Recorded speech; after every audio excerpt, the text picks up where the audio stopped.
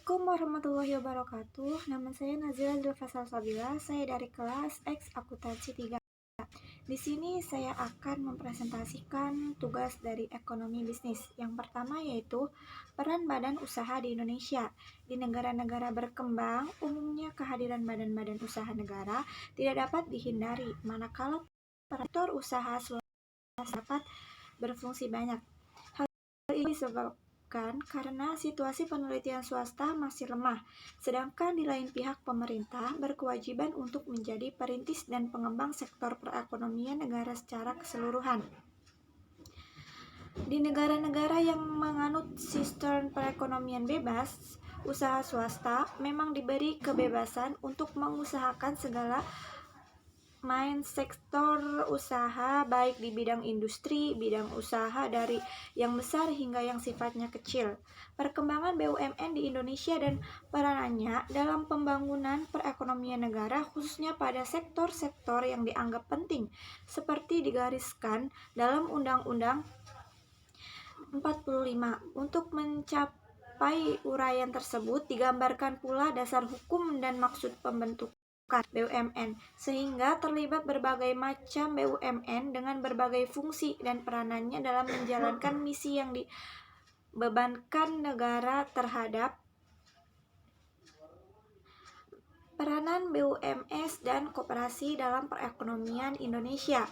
Peran BUMS dalam perekonomian di Indonesia yang pertama yaitu peran BUMS juga sebagai mitra BUMN dalam mengelola dan menjaga sumber daya dalam mendorong pertumbuhan ekonomi maupun sebagai agen pembangunan nasional dan penyedia lapangan pekerjaan. 2. Peran BUMS dalam hal ini juga dapat menjadi penyedia lapangan kerja bagi masyarakat sekitar sehingga masyarakat yang tinggal di sana memperoleh pendapatan. Yang ketiga, jika pendapatan di suatu wilayah tersebut kecil, maka BUMS akan membantu peningkatan pendapatan dengan menjadikan masyarakat sekitar pekerja di BUMS tersebut. 4. Membantu meratakan pendapatan masyarakat. Hal ini dilakukan dengan keberadaan BUMS yang membuka lapangan kerja di setiap wilayah yang tersebar di Indonesia. Peran koperasi di Indonesia yaitu koperasi adalah suatu bentuk badan usaha yang melakukan kegiatan koperasi identik dengan gerakan ekonomi masyarakat. 1. Membangun serta mengembangkan potensi perekonomian bagi anggotanya yang kebanyakan tidak memiliki akses langsung atau diberi porsi besar dalam industri keuangan Indonesia. 2. Organisasi atau lembaga penyedia lapangan pekerjaan bagi masyarakat Indonesia.